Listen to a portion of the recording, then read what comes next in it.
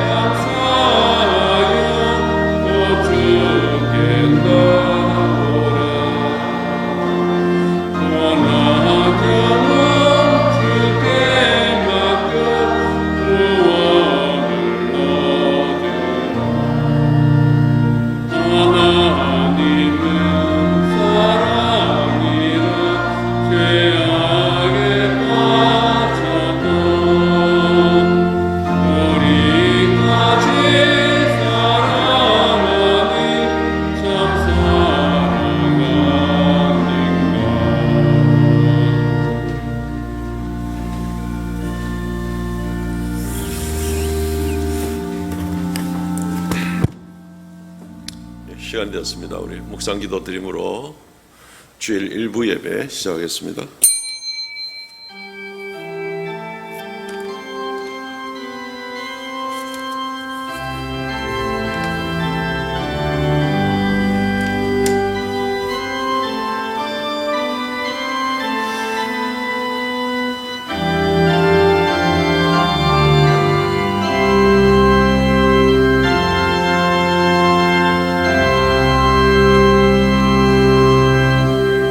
예수께서 이르시되 나는 생명의 떡이니 내게 오는 자는 결코 줄이지 아니할 터이요 나를 믿는 자는 영원히 목마르지 아니하리라.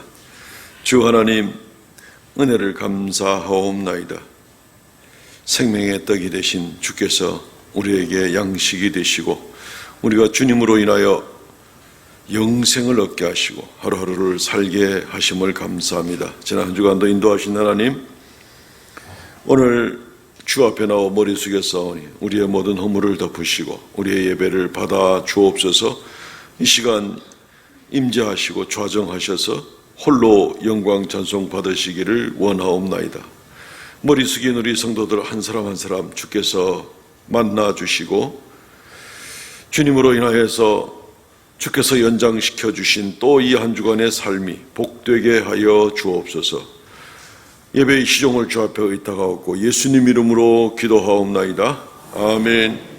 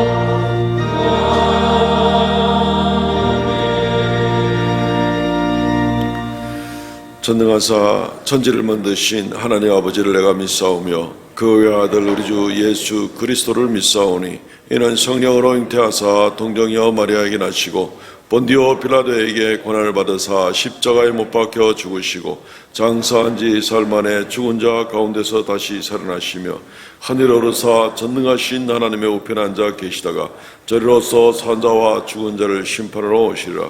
성령을 믿사오며 거룩한 공예와 성도와 서로 교통하는 것과 죄를 사하여 쉬는 것과 몸이 다시 사는 것과 영원히 사는 것을 믿사옵나이다. 아멘.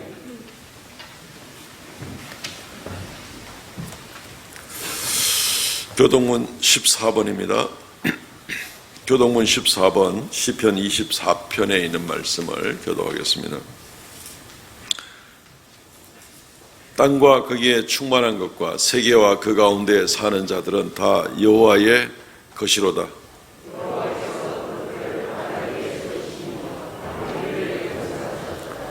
여호와의 산에 오를 자가 누구며 그의 거룩한 곳에 설 자가 누구인가?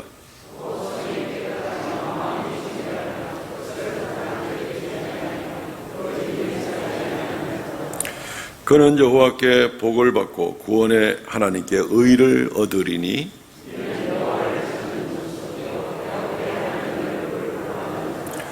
문들아 너희 머리를 들지어다. 영원한 문들아 들릴지어다. 영광의 왕이 들어가시리로다.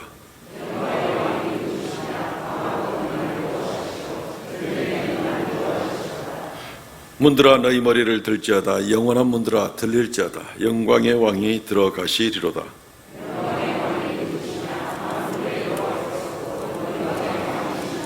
아멘.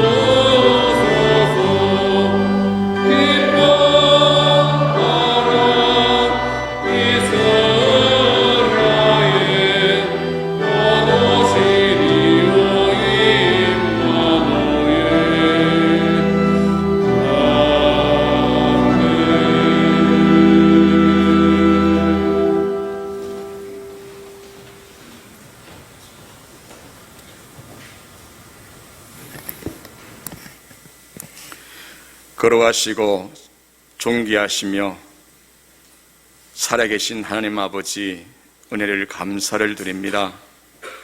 저희들 한 일주일 동안도 세상 이곳저곳에서 흩어주셨다가 오늘 거룩한 성일을 맞이하여 주님 전에 나와 경배합니다.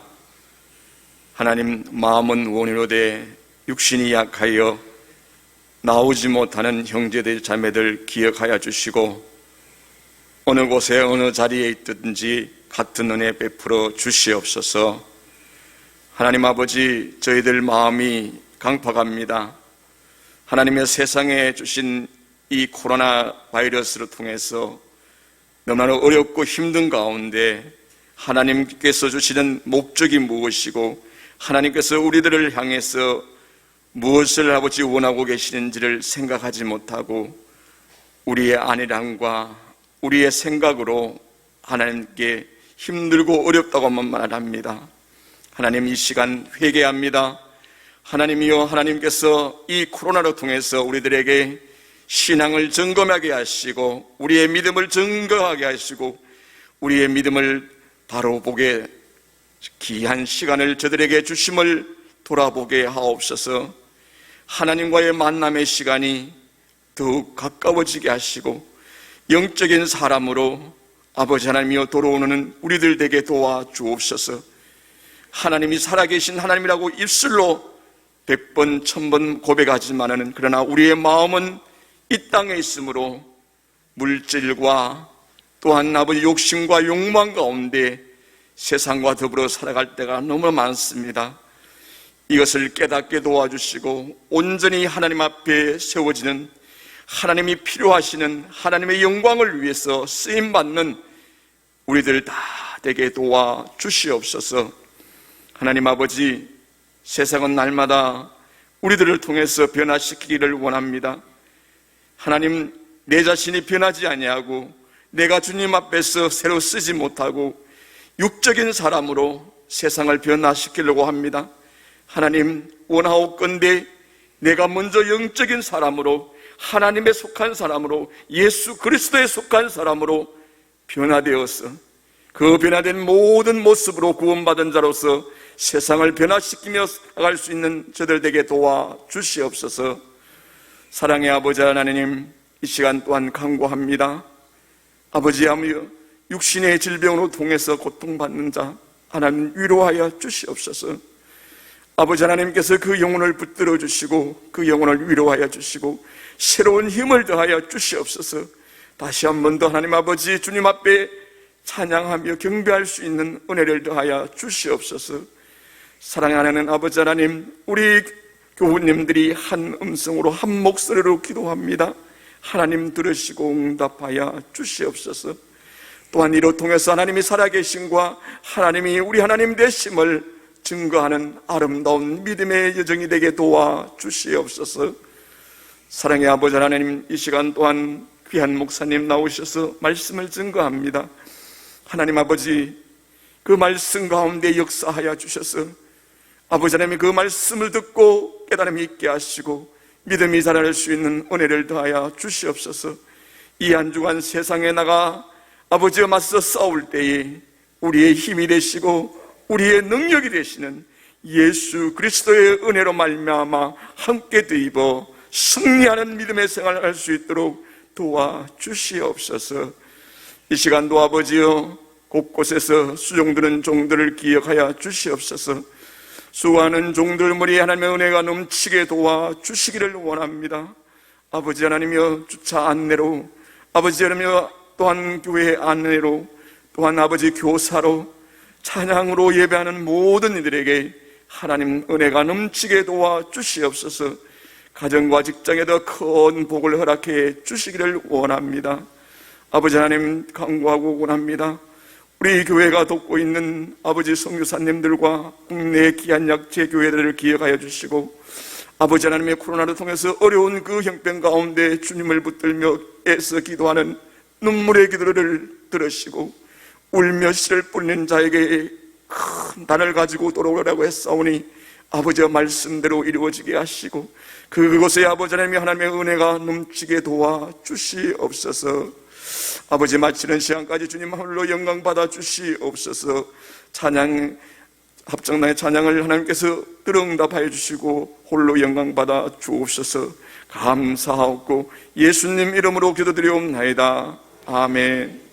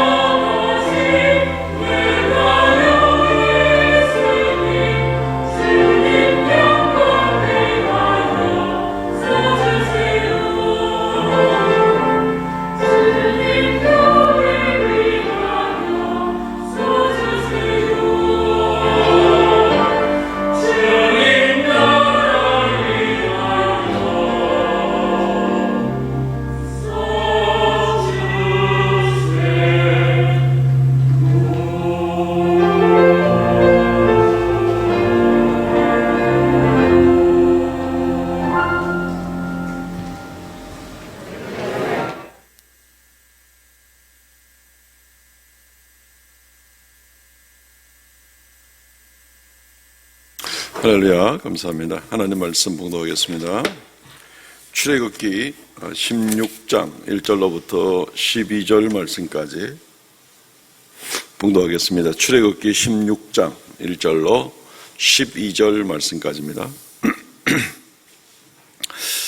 이스라엘 자손의 온 회중이 엘림에서 떠나 엘림과 시내산 사이에 있는 신광야에 이르니 애굽에서 나온 후 둘째 달 15일이라. 이스라엘 자손 온 회중이 그 광야에서 모세와 아론을 원망하며 이스라엘 자손이 그들에게 이르되 우리가 애굽 땅에서 고기 가마 곁에 앉아 있던 때와 떡을 배불리 먹던 때에 여호와의 손에 죽었더라면 좋았을 것을 너희가 이 광야로 우리를 인도해내어 이 온 회중이 줄여 죽게 하는도다.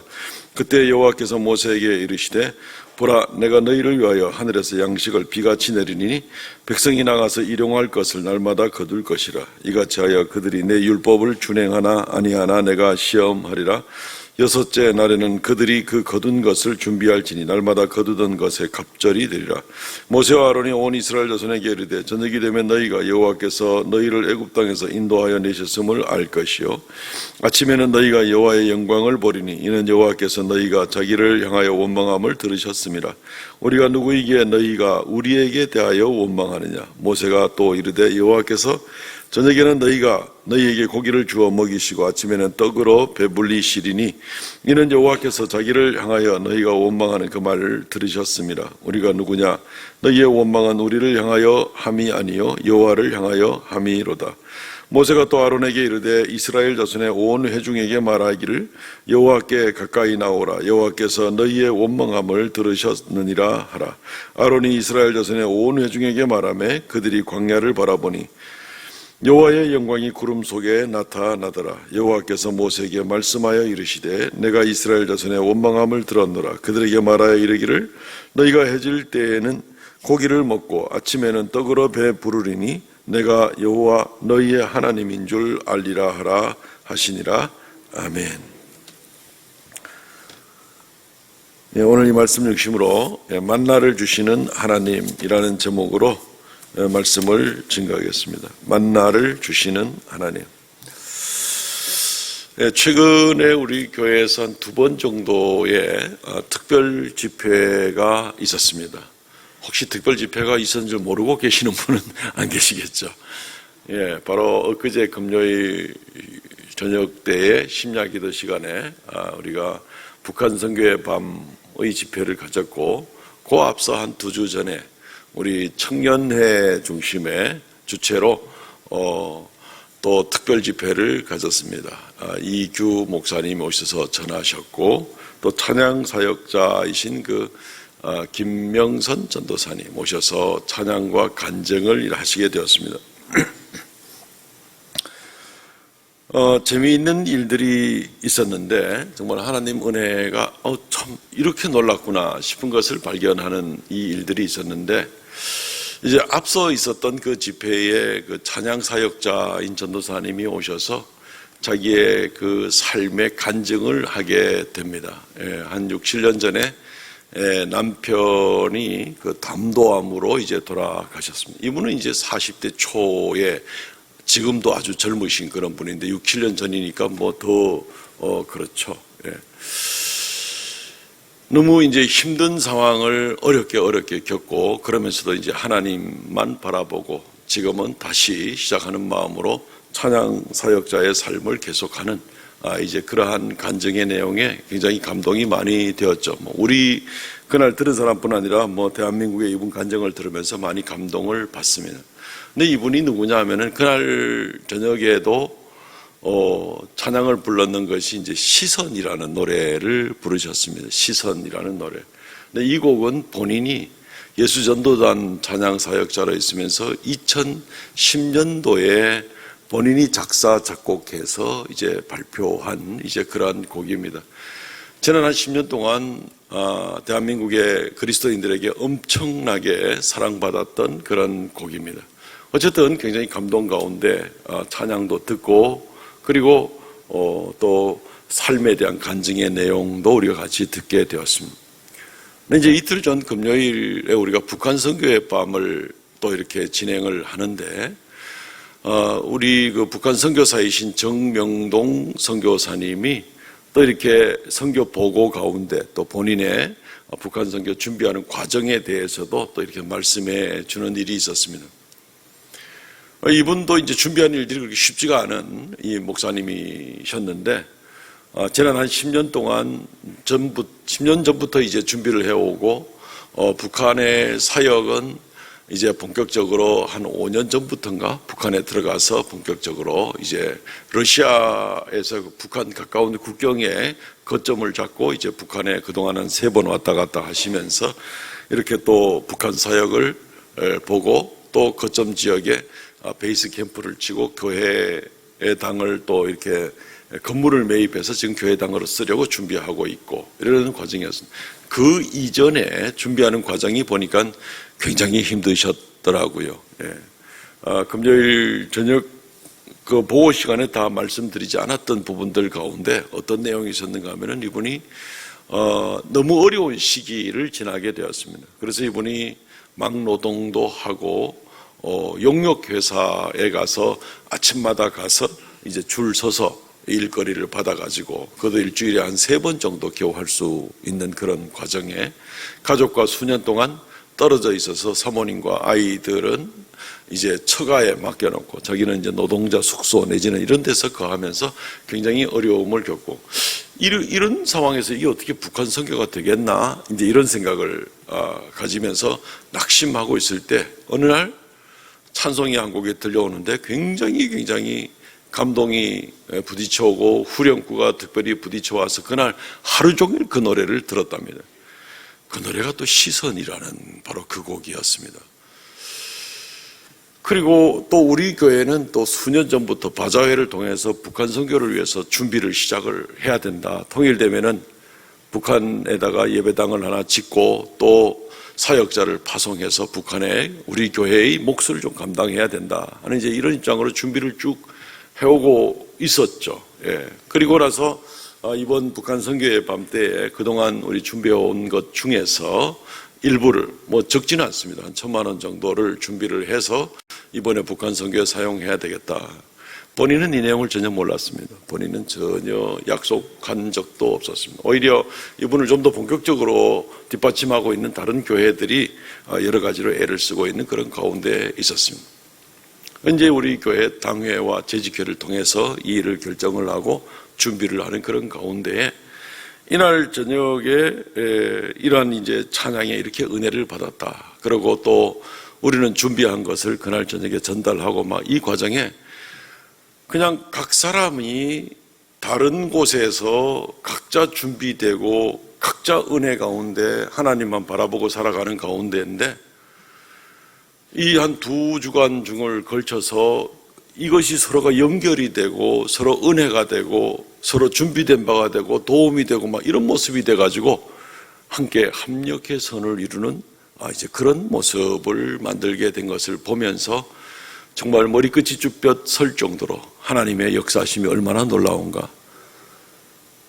우리 교인들 중에서 찬양이나 잘 아는 분들은 그 찬양을 일찍부터 누가 작곡했는지도 알았겠지만 대부분은 모르시죠. 저도 몰랐었고, 물론 그날 간증자도 처음 봤고, 금요일 저녁에 그 정명동 목사님 혹시 그 노래 미리 알고 있었습니까? 작곡자 누군지 압니까? 그러니까 누가 작곡했는지 모릅니다.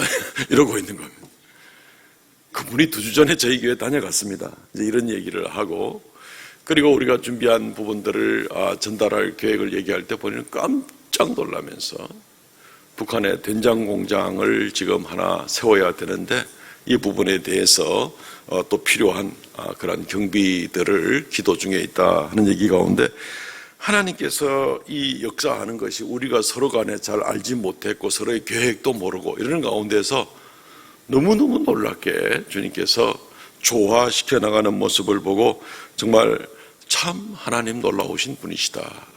하나님께 영광 돌릴 수밖에 없는 그런 은혜의 시간들이 최근 몇 주간 우리 교회에 이렇게 있었습니다. 오늘 이 만나를 주시는 하나님께서 이스라엘 백성들을 건져내시고 그들을 인도하시는 가정 가운데에서 이 만나를 주시고 그들을 인도하시는 모습이 또한 너무 놀랍고 오묘하고 하는 이제 그러한 섭리들을 우리가 보게 되는 것입니다. 이 말씀을 통하여서 우리가 만나를 주시는 하나님을 든든히 의지하고 그렇게 또 담대히 우리의 삶을, 믿음의 삶을 잘 감당해 나가시는 저와 우리 성도들 되시기를 주의 이름으로 축원드립니다. 아멘. 한 두 가지 정도로 크게 나누어서 오늘 말씀을 좀 생각해 보겠습니다. 이 만나를 주시는 하나님, 만나 사건은 출애굽 과정에서 굉장히 유명한 사건이죠. 만나를 주셨습니다. 매일매일 주셨습니다. 그리고 40년간 주셨습니다. 가나안 땅에 들어가서 그 땅의 소산을 먹는 그날 아침까지 하나님께서 만나를 주셨습니다. 이스라엘 백성이 어디를 가든지 그 따라가면서 하나님이 그곳에서 만나를 내려주신 놀라운 사건입니다. 이 사건이 우리에게 무엇을 가르쳐주고 있는지 우리가 오늘 말씀을 통해 상고해 보기를 원합니다. 첫 번째는 하나님은 성도들의 필요를 공급하시는 분이시다 하는 것을 우리가 먼저 이 사건을 통하여서 분명히 배워볼 수 있습니다. 하나님은 성도들의 필요를 공급하시는 분이다. 그 필요가 어떤 것이든지 간에 또는 그 성도가 어떤 환경과 여건에 처해 있든지 간에 이 보편적인, 이 일반적인 하나님의 그 성도에 대한 사랑, 하나님은 성도가 필요한 것을 공급하시는 분이시다 하는 이 원리가 적용되는 것입니다. 이스라엘 백성들이 이제 이집트를 떠나서 한 2달쯤 가까이 되었습니다. 그럴 때 이제 문제가 발생하게 됩니다. 양식이 다 떨어진 겁니다. 이집트에서 나올 때 급하게 보따리 싸우고 급하게 양식 싸워왔지만 뭐 얼마나 버티겠습니까? 광야에는 아무것도 얻을 것이 없습니다. 사냥도 할 수가 없고 뭐 가져가던 짐승들이야 좀 있겠지만 어쨌든 양식이 다 떨어지게 되었습니다. 사람들은 이제 당황하게 됩니다. 하나님께서 이집트를 10가지 심판을 하시고 이스라엘 백성들을 구출해 내시고 홍해도 건너가게 하시고 놀라운 기적의 역사를 일으키셔서 이스라엘 백성들을 구원해 주셨는데 구원해 주면 뭐하냐? 먹을 게 없는데 이 심각한 문제에 부딪히게 된 것입니다. 사람들은 많이 당황하게 됩니다. 그래서 여기에 대한 이스라엘 백성들의 그 반응들이 나옵니다. 하나님을 모르기 때문에 나오는 그런 반응들. 아마 오늘날도 우리가 예수 그리스도를 믿고 예수께서 우리를 억만죄악에서 구원하셨습니다. 우리에게 천국을 약속해 주셨습니다. 우리의 모든 죄악들을 용서하시기 위해서 예수님이 십자가에 달려 돌아가셨습니다. 이 복음을 듣고 또 믿고 교회에 나와서 예배하는 생활을 시작을 하고 또 하나님 앞에 정기적으로 나와서 예배를 드리는데 막상 삶에 어려움이 닥치게 될 때 비슷한 그런 반응들을 우리가 생각해 볼 수 있습니다. 예수 믿고 구원받는다고 하고 내가 그 말을 듣고 이렇게 나왔는데 그 구원받는 건 좋은데 지금 당장 먹을 게 없는 건 어떡하냐 하는 그러한 고민들을 하고 이것은 이런 모양 저런 모양으로지만 우리의 삶의 현장 가운데 얼마든지 생겨나는 바로 그런 모습입니다. 죄 용서 받는 것도 좋은데 죄 용서 받는 것 좋은데 그러나 이제 뭐 먹고 살 것도 있어야 될 것 아니냐. 예수 믿으면 하나님이 우리를 구원한다면서 여기서 먹고 살 것도 없으면 뭐 어떻게 우리에게 구원이 의미가 있는 것인가 하는 이제 그런 모습을 보게 되는 겁니다. 당연히 당황할 수밖에 없죠. 당연히 당황할 수밖에 없죠.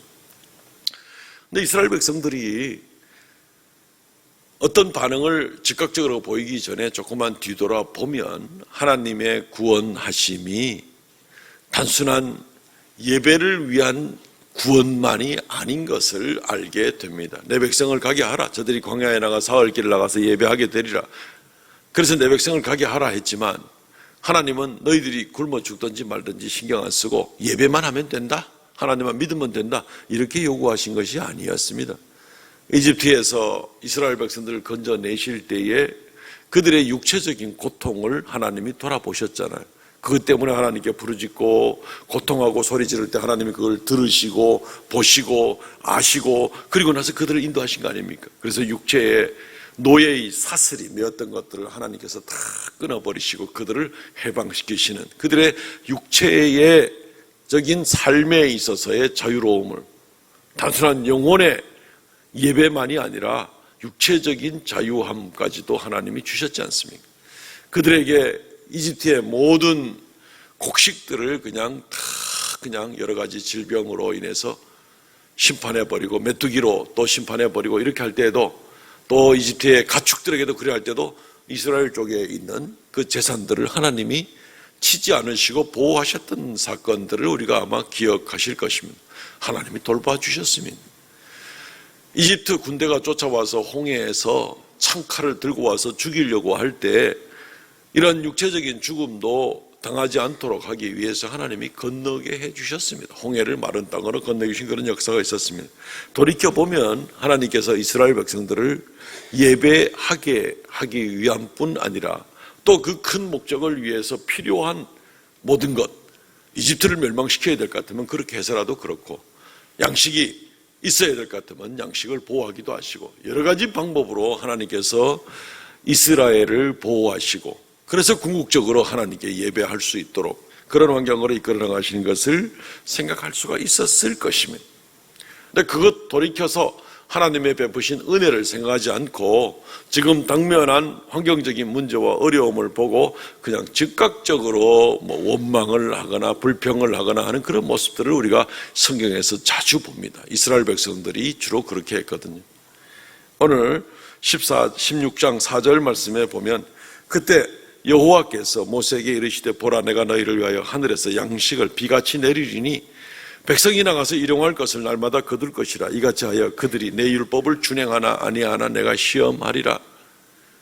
양식 없는 줄 하나님이 아셨고, 하나님께서 하늘에서 양식을 비같이 내리리라 하시면서 여전히 이들의 육체적인 필요에 대해서 하나님이 도우시겠다고 말씀을 하고 있습니다. 하나님 쪽에서는 바뀐 것 하나도 없습니다.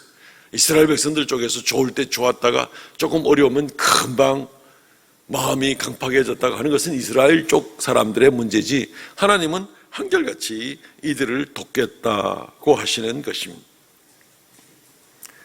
하나님께서 인생을 만드실 때 원래 영혼과 육체로 만드셨잖아요. 그게 하나님 창조물이시잖아요. 진흙으로 사람을 만드시고 그 코에 생기를 불어넣으시고 그래서 사람을 만드신 것 아닙니까? 영혼과 육체로 만드신 하나님이 내가 영혼은 돌봐줄게, 육체는 모르겠어, 육체적인 삶은 너희들이 알아서 해야 돼, 그렇게 하신다는 것은 뭔가 말이 되질 않지 않습니까? 창조 때만 그렇습니까? 하나님께서 우리를 부활시키셔서 영원한 천국에서 영광을 누리게 할 때 어떻게 하십니까? 우리의 영혼만 누리겠다고 하십니까? 그렇지 않잖아요. 예수 그리스도께서 육체로 죽음에서 부활하신 것처럼 우리의 부활도 육체로 부활하게 되는 것을 우리는 분명히 믿습니다. 성경에 또 그렇게 약속을 하고 있습니다. 영혼과 육체는 항상 같이 가는 겁니다.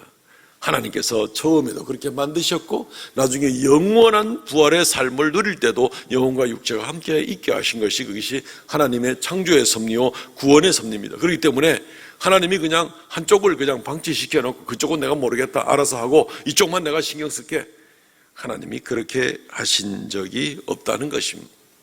우리 성도들은 혹시 어떤 반응을 가지십니까? 예수 믿고 내 죄 용서받았네 하고 이래 왔는데 환경적인 어려움을 우리가 혹시 만나게 될 때 하나님 안 계신 거 아니야? 과거가 차라리 나았던 거 아니야? 내가 지금 이 지경에 지금 교회 가게 생겼어? 이런 여러 가지 모습으로 오히려 시험 들거나 원망하거나 내 배가 부른 것이 더 우선이지, 이건 하나님이 간섭하지 않는 거야, 이건 내가 알아서 해야 되는 거야, 혹시 그렇게 생각하지 않습니까? 건강의 문제나 양식의 문제나 현실적인 삶의 문제나 성공의 문제나 땅에 있는 일들에 대해서 하나님이 전혀 간섭하지 않고 이건 내가 알아서 해야 될 일이고, 그냥 교회에 가서는 예배하고 우리의 영혼이 용서받는 이것만 중요한 거, 이렇게 구별하진 않습니까? 그렇지 않습니다. 하나님은 한 번도 그렇게 구별하시지를 않았습니다. 이스라엘 백성들은 이러한 상황을 볼 때 당황하게 되었죠. 그래서 원망합니다. 12절 말씀, 오늘 16장 12절 말씀 보면 내가 이스라엘 자손의 원망함을 들었노라, 원망함을 들었노라. 12절뿐 아니라 사실 이 상황이 발생하면서부터 이스라엘 백성은 계속 원망합니다. 2절에도 원망하는 모습이 나오죠. 원망이라는 단어가 쓰입니다. 7절에도 원망하는 말이 2번이나 나오고 8절에도 원망하는 말이 2번 나오고 9절에도 원망함을 하나님이 들으셨고 그리고 지금 읽은 12절에도 하나님이 이스라엘 백성의 원망함을 들어요. 12절 오늘 읽은 말씀 가운데 원망한다는 말이 7번 나옵니다. 그러니까 원망이 가득 차 있는 겁니다. 불평과 불만과 원망이 지금 배고파 있으니까 지금 환경이 좋지 않으니까 그냥 하나님 원망하는 겁니다. 하나님 믿는 믿음도 다 팽개쳐버리고 그 놀라운 기적의 역사, 구원의 역사 베풀어 주신 것을 보기도 하고 경험을 하기도 했으면서 지금 당장 배고프니까 그냥 하나님 다 제껴놓고 그냥 에집트에 가는 게 더 낫지, 그게 돌아가야 되겠다. 오늘 16장 2절 3절 말씀 한번 보십시오. 에집트가 차라리 낫다. 그 고깃가마가 낫지 배고픈 거는 내가 못 살겠다. 이스라엘 백성들은 크게 오해를 했고 그리고 하나님을 원망하고 믿음 다 까먹어버리는 그런 모습을 보게 되는 겁니다. 우리 성도들의 삶이 그렇게 돼서는 안 되겠죠. 환경이 좀 어렵다 해서 하나님의 은혜를 다 잊어버리고 믿는 믿음도 소홀해지게 되고 내가 안전한 게 제일이지, 내 배부른 게 제일이지, 내가 세상에서 성공하는 게 제일이지, 그래서 시간 되면 마음의 여유가 좀 생기면 그러면 내가 하나님께 나가서 예배도 다시 하면 되지. 그런 이 부분들을 심각하게 생각해야 됩니다. 하나님이 우리에게 어떤 환경적인 어려움들이 생기는 것을 모르시는 분이 아니죠. 그리고 단 한 번도 우리의 영혼과 육체의 구원을 떼어서 생각하신 적이 없는 분이시죠. 돌보시는 분이시죠. 오늘 말씀의 첫 번째 대지에 제가 말씀드렸듯이 하나님은 성도의 필요를 공급하시는 분이니까 우리의 필요를 공급하시는 분이시죠. 그런데 왜 우리의 삶 가운데 환경적으로 어려움을 만나게 허용을 하십니까? 이걸 아신다면서요, 공급하신다면서요, 얼마든지 회복시킬 수 있다면서요. 근데 왜 이런 어려움을 안 당하게 하면 얼마나 좋아요. 야, 예수 믿고 났더니만 모든 것이 형통하고 하는 일마다 잘 되고 무조건 건강하고 무조건 복되고 무조건 성진도 팍팍 되고 예수 믿고 났더니 너무너무 좋더라. 이렇게만 쫙 나가면 좋은데 예수 믿고 주님 따라 나왔는데도 왜 이 어려움들이 지금 자꾸 반복된다, 이해가 안 된다. 오히려 이러면서 하나님을 원망하고 아니면은 믿음 다 까먹고 하나님 소홀하고 전혀 다른 궤도를 가지고 나가려고 애를 쓰는 그런 모습들이 혹시 있으면 우리는 굉장히 조심해야 됩니다. 왜냐하면 하나님은 처음부터 끝까지 영혼과 육체의 구원에 대해서 한 번도 떼어놓은 적이 없었고 한 번도 거기에 대해서 소홀하게 하신 적이 없기 때문에 그렇습니다. 그리고 그 일을 위해서 우리의 육체와 우리의 영혼의 구원을 위해서 그 아들까지 우리에게 주신 그런 하나님이십니다. 그렇다면 생각해야 되죠. 여지껏도 그렇게 사랑해 주셨고 그의 아들까지 우리에게 그렇게 주신 주님께서 우리의 육체의 필요와 육체의 곤고함을 모르시는 분이 아닌데 왜 이걸 허용을 했을까? 왜 이걸 허용했을까? 하나님 우리의 영혼의 구원에만 관심이 있는 분이 아니라 우리의 육체적인 구원에도 다 관심이 있으신 그런 분이시. 왜 이걸 허용을 하실까? 그 이유를 우리가 생각하는 것이 중요하죠. 앞서 읽은 16장 12절 말씀 다시 한번 보면 내가 이스라엘 자손의 원망함을 들었노라. 그들에게 말하기를 너희가 해질 때 고기를 먹고 아침에는 떡으로 배부르니, 그 다음 잘 보십시오. 내가 여호와 너희의 하나님인 줄 알리라 하라 하시니라. 하나님이 생각도 하지 못한 방법으로 이 고난과 어려움이 닥칠 때에 원망하기 딱 좋은 그런 환경이었는데 하나님은 이것에 대해서 무관심한 것도 아니고 하나님이 건져내지 못하는 것도 아니고 하나님께서 이 일로 말미암아 뜻이 있는데 그것이 뭐냐면 내가 여호와인 줄 알리라. 하나님 한 분만, 여호와 하나님 한 분만이 참되게 살아있는 진짜 하나님인 줄 알게 하려 함이라. 우리는 예배 시간에 그냥 떡하니 몸만 와서 앉아있다가 가는 게 아니잖아요. 신앙 고백이 있잖아요. 그러면서 오직 여호와 하나님 한 분만이 나의 참 하나님인 것을 고백합니다. 그것을 입술로만 하는 것이 아니라 삶 가운데 분명히 체험 가운데 더 인정하고 나와야 되는 그런 입장이잖아요. 주님께서 지금 이 환경적인 고난과 어려움이 있을 때 이 가운데서도 떠나지 아니하고 정말 놀라운 방법으로 양식을 공급해 주시며 너희를 돌보시고 인도하신 그 하나님인 여호와 하나님인 줄 알게 하려 함이라. 너희가 간구하고 부탁할 때 그때 그리고 그 응답이 이루어지는 놀라운 역사가 이루어질 때 우리 하나님밖에 없구나. 우리를 창조하시고 우리를 공급하시고 인도하시는 그 하나님밖에 없구나. 그 하나님밖에 없구나. 이걸 점점 더 우리의 마음의 진심으로 더 고백하고 하나님께 나오고 이렇게 하기를 원하신다는 거죠. 이 하나님의 뜻은 생각해 보지 않고, 자, 생각해 보십시오. 지금 당하는 고난은 내 눈에 보이는 고난입니다. 그런데 하나님은 눈에 보이지 않습니다. 그러니까 하나님은 없다, 하나님의 간섭도 없고 섭리도 없다, 이렇게 생각을 무조건 하겠습니까? 내 눈에 보이지 않고 내가 다 깨닫지 못하면 무조건 없는 겁니까? 오늘날 전형적인 진화론자들이고 무신론자들이 주장하는 그런 방법이잖아요. 내 눈에 안 보이면 무조건 없는 겁니까? 그렇진 않잖아요. 우리는 우리의 영혼도 보지 못하는 사람들인데, 영혼이 없다고 하는 사람 아무도 없는데, 내 눈에 안 보이니까 모른다는 그런 식의 생각은 굉장히 유치한 생각에 지나지를 않습니다. 하나님의 인도가 없는 것이 아니라 하나님의 인도는 처음부터 끝까지 너무나 명백한데 내가 지금 다 알지 못하는 것이죠. 하나님의 인도가 없는 것이 아니라 하나님의 인도를 내가 지금 다 이해하지 못하고 다 알지 못하는 가운데 있는 것이죠.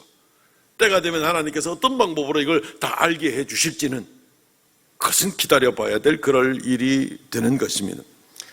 이스라엘 백성들이 이런 원망 가운데 있을 때에 하나님께서 모세에게 약속한 대로 이제 아침마다 이스라엘 백성이 자고 일어나면 이스라엘 백성들이 있는 온 진영 텐트 주변에 만나가 내렸습니다. 희한한 모양으로 생겼습니다. 생전에 보지도 못했습니다. 이것은 하늘에서 내리는 그런 양식이었습니다. 이것을 볶아 먹기도 하고 삶아 먹기도 하고 여러 가지로 이렇게 양식을 해서 이스라엘 백성은 40년간 그 양식을 매일매일 내리는 양식을 먹고 살았습니다. 이것이 너무나 신비하고 너무나 놀라운 겁니다. 어떻게 이 아침마다 하늘에서, 그것도 이스라엘 백성들 가는 데만 그렇게 내리는지 이스라엘 백성들이 모르는 겁니다. 그리고 이 종류, 만나라는 종류 자체가 이게 생전에 본 적이 없는 정말 희한한 그런 겁니다. 이게 뭐 온 광야에 다 깔려있는 게 아니라 이스라엘 백성이 있는 데만 내리게 되니까 이게 또 신기한 겁니다.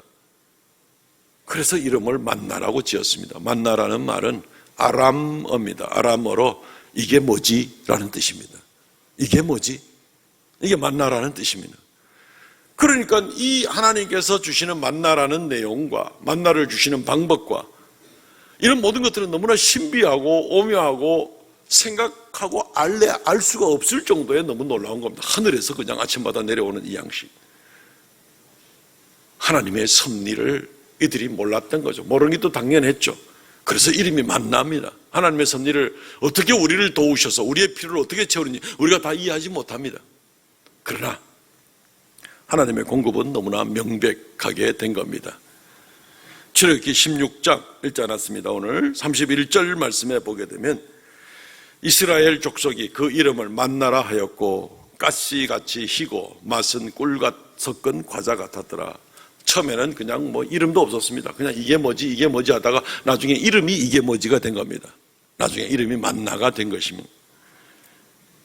사랑하는 성도 여러분, 하나님께서는 우리의 영혼과 육체의 구원에 다 관심이 많으신 분이십니다. 제자들에게 물고기도 잡게 하셨고 갈릴리 호숫가에서 제자들보다 먼저 가셔서 생선을 구워놓고 계시고 떡을 준비하고 계신 그런 주님이십니다. 하나님이 우리의 영혼의 구원과 우리의 육체적인 구원과 이것이 떨어지려 떨어질 수 없는 함께 구원하시는 그런 놀라운 은혜를 우리가 먼저 생각해 보아야 됩니다. 그러므로 사랑하는 성도 여러분, 우리의 삶 가운데 어려움이 있을 때 그럴수록 더 우리의 영육간에 우리의 구원자 되시는 하나님을 바라보고 더 의지해야 되는 것이 마땅하지 않습니까? 내 눈에 안 보이니까 하나님의 섭리는 없는 거라고 하고 아니면 하나님을 원망하고 믿음 다 잊어버리고 환경 따라 이리저리 비틀거리는 모습은 굉장히 하나님에 대해서 몰라도 너무 모르는 바로 그런 모습이 아닌가요? 먼저 우리는 우리의 성도의 필요한 것을 공급하신 하나님, 이것을 분명히 믿으시고 담대히 나가신 우리가 되시기를 바랍니다. 또한 오늘 말씀 가운데에서 또 한 가지 원리를 우리가 보게 됩니다. 하나님의 이 은혜를 분명히 체험하고 믿는 성도라면 우리가 어떻게 살아야 될 것인가 하는 그런 부분입니다. 이 공급하시고 돌보시는 하나님을 우리가 분명히 안다면 어떻게 살아가야 될 것인가? 이 하나님을 안다면 몰라서 원망했는데 이제 이 하나님을 안다면 우리는 어떻게 살아가야 될 것인가? 몇 가지 원리 간단하게 살펴봅니다.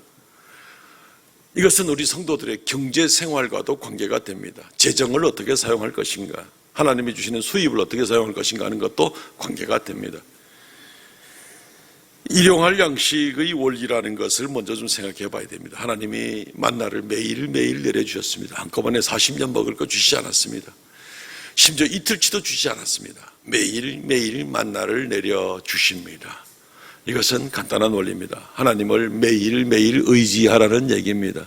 혹시 욕심 나가지고 다른 사람이 가져가든 못 가져가든 상관없이 내가 열심히 해서 더 엄청나게 그냥 많이 긁어 모아가지고 있으면, 그런데 그것은 하루가 지나고 나면 내가 이거 가지고 한 주일을 혼자 먹으리라 이런 생각을 하면 둘째 날부터 다 썩어져 나가더라. 이 출애굽기 16장 내용을 나중에 자세히 한번 읽어보십시오.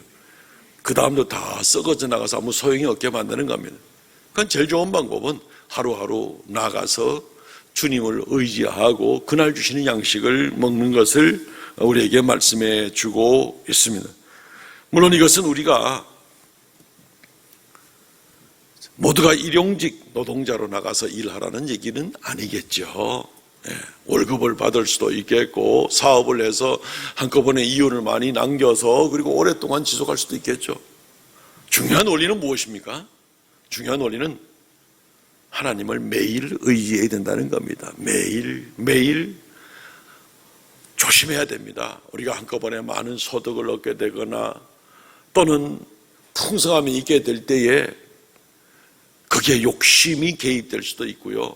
거기에 교만이 개입되어서 하나님을 없어도 살 수 있을 것 같은 생각이 들게 되고요. 1960년, 70년대 배고플 때 한국교회와 2010년도, 2020년대에 그런 한국교회가 많이 다른 건 아시죠? 배고플 때 하나님이 열심히 찾더니만은 이제 배가 부르니까 하나님을 찾는 간절함이 얼마나 소홀해진지 아시죠?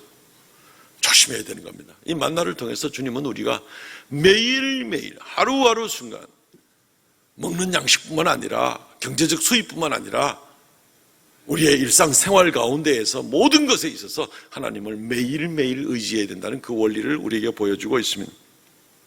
또한 만나 사건은 우리에게 무엇을 생각하며 살아야 되는 것을 가르쳐 주는가 하면 이웃 생각하면서 살아야 된다는 것을 가르쳐 주고 있습니다. 내가 너무 많이 긁어오면 적어도 만나가 내릴 때에는 이웃은 가져갈 게 없는 것이죠. 만약에 집에 병든 자가 있으면 내가 좀 더 많이 가져와서 병든 자에게 나누어 주면 되겠죠. 이웃을 나눠주기 위해서 더 많이 가져오는 그것은 문제가 되지 않겠죠. 나는 내 몫을 먹는 그런 모습이 되기 때문에 결국 이 그리스도인들의 물질관에 있어서 이웃을 위해서라면, 하나님의 뜻을 순종하기 위해서라면 많은 것을 가져와도 됩니다. 많은 소득이 있어도 됩니다. 그렇지 않고 자기 욕심만을 위해서 하면 그것은 그냥 썩어지고 마는 그런 것이 되고 만다 하는 것을 우리가 볼 수가 있습니다. 이웃을 생각해야 되는 원리를 이 만나 사건이 우리에게 보여주고 있습니다. 웨슬리 목사님이 대중 앞에 설교할 때 이런 일이 실제로 있었던 것을 아마 들어보셨을 겁니다. 그리스도인의 물질관에 관한 부분입니다. 설교를 합니다. 여러분, 하나님의 축복으로 여러분들이 할 수 있는 대로 돈을 많이 버셨으면 좋겠습니다. 뒤에서 한 사람이 들으면서 와, 설교 잘한다, 돈 많이 벌으라 그런다. 목사님이 또 말하기를 여러분들 그 번 돈으로 열심히 저축했으면 좋겠습니다. 야, 저축하라고 좋은 얘기지. 설교 참 잘하네. 그리고 목사님은 계속 설교합니다. 그리고 그 많은 돈을 열심히 선교하고 헌금하십시오. 이때만 저 설교 참 못한다. 헌금 많이 내라 그런다. 그리고 나서 문을 열고 뛰쳐나갔다 하는 그런 이야기가 이래 있습니다. 만나의 원리는 우리가 많은 소득을 가질 수 있습니다만은 하나님의 거룩한 뜻을 위하여서 잘 사용하고 또 이웃을 돌보기 위해서라면 얼마든지 많은 그런 소득을 가져도 하나님께서 뭐라고 하지는 않을 것입니다. 그렇지만 자기의 탐욕만을 위해서 나간다면 이것은 만나의 원리에 어긋나는 그런 일이 되는 것입니다. 이 만나의 원리는 또 우리에게 어떤 삶을 분명하게 다시 한번 촉구하고 있는가 하면은 예수 그리스도를 더 많이 사모하라 하는 것을 우리에게 알려주고 있습니다. 만나는 하늘에서 내린 양식입니다. 이거 없었으면 이스라엘 백성들 광야 40년은커녕 1년도 못 버팁니다. 그냥 뭐 한두 달 있다가 다 굶어 죽어야 되는 그런 만나는 생명의 양식이었습니다. 그거 없었으면 죽었습니다. 이 땅에서의 양식도 우리의 육체, 지금의 육체를 위해서는 그렇죠. 그런데 이 만나는 영원한 생명을 주지는 못합니다. 영원한 생명의 양식이 되지는 못합니다. 비록 하늘에서 이 떡이 내렸다 하더라도 영원한 생명을 주지는 못하는 것입니다. 이 만나는 예수 그리스도가 우리에게 진정 얼마나 정말 절실하게 광야에서 이 만나가 필요했던, 더 이상 얻을 수가 없고 위에서부터 내리는 만나 외에는 어떤 것도 얻을 수 없는 그런 상황에서 하나님 만나를 주신 것은 유일한 생명을 유지할 수 있는 방법이, 그거 없으면 죽습니다. 그런데 오늘날 우리가 이 예수 그리스도, 예수님이 우리에게 말씀하시기를 예수님이 생명의 떡이라고 말씀하고 있습니다. 요한복음 6장 48절로 51절 말씀해 보시면 내가 곧 생명의 떡이니라. 그러고 나서 만나 이야기를 하십니다. 너희 조상들이 광야에서 만나를 먹었어도 죽었거니와 이는 하늘에서 내려오는 떡이니 사람으로 하여금 먹고 죽지 아니하게 하는 것이라. 나는 하늘에서 내려온 살아있는 떡이니 사람이 이 떡을 먹으면 영생하리라. 내가 줄 떡은 곧 세상의 생명을 위한 내 살이니라 하시니라. 예수님의 십자가의 죽음을 두고 하시는 말씀이죠. 예수님의 십자가 부활을 믿고 예수님과 연합하여 나갈 때 진정한 생명의 떡을 우리가 얻게 되는 것이고, 그리고 영원한 생명을 누리게 된다는 것입니다. 예수님 말씀하셨듯이 모세 때에 하늘에서 만나가 내리는 떡이 있었고 그렇게 절실한 그 떡으로 생명을 유지했는데, 그러나 그렇다고 그것이 영원한 생명을 주는 것은 아니다. 영원한 생명을 주는 것은 아버지께로부터 내려온 예수 그리스도 자신이 진정한 생명의 떡이다. 영원한 생명을 줄 수 있는 분은 바로 예수 그리스도다. 예수님이 직접 해석을 하시는 겁니다. 그러므로 우리가 이 만나 사건을 생각할 때 우리가 죄 용서받고 영원한 생명을 얻고 영광의 자리로 나가는 그 모든 일들을 위해서 예수 그리스도 없이는 안 되는 겁니다. 광야에서도 만나 아니면 안 되었죠. 그런데 예수 그리스도께서는 우리에게 영원한 생명을 주실 수 있는 분이죠. 그분 아니면 다른 방법이 없습니다. 다른 무슨 방법으로 우리가 천국에 들어갈 수가 있고 죄 용서받을 수 있고 하나님의 나라에서 영원토록 영광을 누리며 살 수 있습니까? 다른 무슨 방법으로? 없습니다. 유일한 생명의 떡, 생명의 양식, 바로 예수 그리스도이신 것을 우리는 다시 한번 확인하게 됩니다. 그래서 우리가 이 땅에서 경제 생활을 하고 여러 재정적인 관리를 하게 될 때에도, 아니면 밥을 먹을 때라도 그때마다 우리가 내게 영원한 생명 양식은 예수 그리스도밖에 없습니다. 그분을 생각하면서 우리가 이 땅의 삶을 감당해야만 할 것입니다. 말씀을 맺겠습니다. 사랑하는 성도 여러분, 오늘 만나를 주시는 하나님에 대해서 우리가 말씀을 상고하게 되었습니다. 하나님께서 우리의 영혼과 육체의 구원에 관심이 참 많으신 분이시고 처음부터 끝까지 함께 하시는 분이십니다. 우리 마음대로 판단해서, 우리 눈에 보이지 않는다고 해서, 지금 당장 환경이 변화되지 않는다고 해서 금방 원망하고 믿음을 잃어버리고 마음대로 이리저리 방황하고 헤매는 그런 모습들은, 그것은 옳지가 않죠. 그것은 하나님을 몰라도 너무 모르는 겁니다. 하나님을 내 마음대로 생각하고 마는 겁니다. 하나님은 끝까지 구원하시고 끝까지 책임지시고 인도하시는 그런 하나님이십니다. 그래서 만나를 주셨습니다. 끝까지 하나님만 의지하고 나가시는 그 우리가 되시기를 바랍니다. 그리고 이 만나를 통해서 하나님의 은혜를 분명히 알고 이걸 믿고 나가면 우리 성도들이 어떤 삶으로 나가야 되겠습니까? 하나님 앞에 매일매일 주를 의지하고 매일매일 이웃을 생각하고, 그리고 매일매일 매순간 매순간 진정한 만나, 진정한 생명의 떡이신 생명의 양식인 예수 그리스도를 순간순간 생각하면서 그렇게 주님 의지하고 나가는 것이 우리의 마땅한 도리인 것을 우리가 오늘 말씀을 통해서 배우게 되는 것입니다. 이 하나님 잘 믿으시고 끝까지 믿음 생활을 잘 감당하여 하나님의 영원한 나라에 이르는 저와 여러분 되시기를 주의 이름으로 축원드립니다. 아멘. 통성을 같이 한번 기도하겠습니다. 들은 말씀을 생각하면서 주님, 무엇보다 귀한 우리 주 예수님만을 최우선으로 여기면서 하루하루 살아가기 원합니다. 믿음에 믿음을 더하여 주옵소서. 쉽게 원망하는 자가 아니라 어떤 일을 만나더라도 오직 주님만 더 굳건하게 주님 의지하고 나가는 우리 성도들 다 되게 하여 주옵소서. 통성으로 자신을 위해서 가족을 위해서 기도하시기 바랍니다. 주 하나님 은혜를 감사합니다. 영광 찬송 홀로 받아 주시옵소서. 만나를 공급하시는 하나님, 이 하나님을 생각할 때 우리가 얼마나 쉽게 어리석에 빠질 수가 있었던 것을 돌이켜보기를 원합니다. 우리를 사랑하시되 우리의 영혼과 육체를 부활시키시며 영생 가운데 이끌어주시는 우리 주 하나님 은혜를 감사합니다. 홀로 영광 받아 주시옵소서. 어려움을 만나면 만날수록 더 하나님을 간절하게 찾고 주님께 부르짖고 주님을 의지하는 그런 우리가 되게 하여 주시기를 간절히 바라옵고 원하옵나니 홀로 영광 찬송 받아 주시옵소서. 주여 긍휼을 베풀어 주시옵소서. 온 성도들에게 믿음의 믿음을 더하여 주시고 감사와 찬송과 믿음의 제사 아버지 하나님 앞에 온전한 예배를 드리는 우리 모두가 되게 하여 주시기를 간절히 바라옵고 원하옵나이다. 아버지 앞에 귀한 말씀의 교훈을 받아 아버지여 우리가 주님만을 날마다 의지하고 하나님만 의지하고 나가는 우리가 되게 하실 뿐 아니라 매일매일 우리의 삶이 또한 하나님이 주시는 것으로 공급받고 또 나눔으로 은혜받고 아버지 하나님 그리스도 예수로 말미암아서 아버지여 날마다 주 없이 살 수 없사오니 주여 긍휼을 베풀어 주시옵소서. 주여 은총을 베풀어 주시옵소서. 은혜 베풀어 주시옵소서. 역사하여 주시옵소서.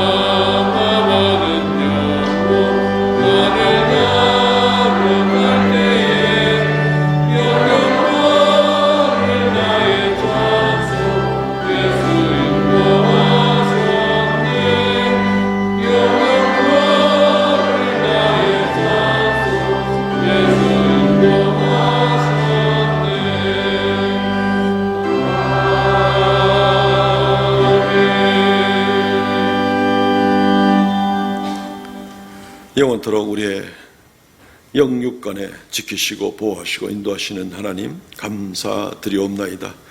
말씀 가운데 도전받고 은혜 받은 대로 주 앞에 믿음으로 또 온전한 순종함으로 담대하게 살아가는 우리 성도들 되게 하여 주옵소서. 이 시간 아버지의 말씀을 쫓아 11조의 예물, 감사의 예물, 정한 예물 올려오니 주님 받아 주시옵고 생명의 역사, 놀라운 은혜의 역사가 더 나타나게 하여 주시며 더 아름답게 멋지게 나누어지는 역사들을 통하여서 하나님의 영광 나타나게 하여 주시옵소서.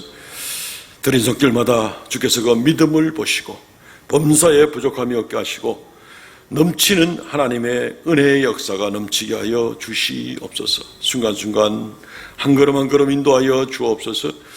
아버지 하나님이여, 이 시간 주 앞에 머리 숙인 모든 성도들 한 사람 한 사람에게 또한 복을 허락하여 주시어서 이 한 주간도 복되게 하여 주시고 주님과 동행하는 주님의 귀한 자녀들 다 되게 하여 주시옵소서. 성도들의 가정에 평강과 은혜를 더하여 주시옵소서. 우리의 여러 가지 당면한 문제들을 우리 성도들의 각 가정에 가장 합당한 방법으로 선하게 인도하여 주시고 돌보아 주시옵소서. 예수님 이름으로 기도하옵나이다.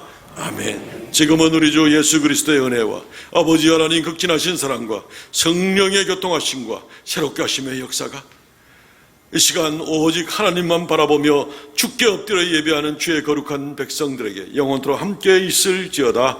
아멘.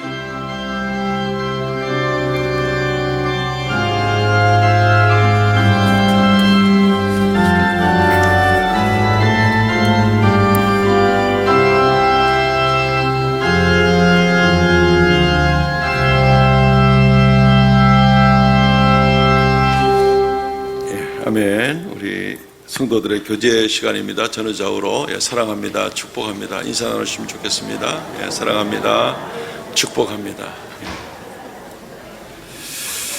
주보를 참조해 주시면 고맙겠습니다. 오늘은 광고가 많지는 않습니다. 예배 안내 항상 주의해서 잘 지켜주시기를 바라고, 이번 주 읽을 성경 본문은 잠언에서 아가서까지입니다. 그리고 3번 광고는 우리 교회 교육관 2층에 우리 도서실이 있습니다. 이 도서실에 한쪽 벽면의 책을 지금 이렇게 교체하는 가운데 있습니다. 지금 많이 벌써 준비되었고 새로 구입도 많이 해서 우리 성도들이 최근에 나온 또 한 10년, 20년 사이에 우리 성도들에게 많은 유익과 도전을 준 귀한 성문 서적들을 지금 많이 갖다 놓고 있습니다. 그 도서관은 우리 원로 목사님이 평생에 모았던 귀한 책들을 모아놨었는데 주석과 또 사전과 또 계속 오랫동안 봐야 될 책들은 다 놔두고 또 그 외에 이제 읽을 책들 가운데서 오래된 책들을 다 이렇게 교체를 하게 되었습니다. 우리 성도들 누구나 와서 이제 많이 활용하는데 한두 주간만 기다리시면 또 다 좀 정돈을 하고 기초 작업도 한 다음에 바로 개방이 되도록 좀 그렇게 하겠습니다. 다만 우리 한 분이나 두 분 정도 좀 자원봉사할 분이 필요합니다. 라벨도 좀 붙이고 컴퓨터 입력 작업도 좀 하고 이런 일들을 좀 도와주실 분이 필요합니다. 누구든지라도 자원해 주시면 교회 사무실로 연락해 주시면 고맙겠습니다. 이번 주 금요 기도회 봉사는 제5여전도회입니다. 수고를 부탁드리고요. 이번 주 성경 완독자들 김진숙 권사님, 이송자 집사님, 이월선 집사님, 황예찬, 우리 초등부 학생이 또 성경 완독을 했습니다. 수고 많으셨습니다. 일어나서 폐송 부르고 마치도록 하겠습니다.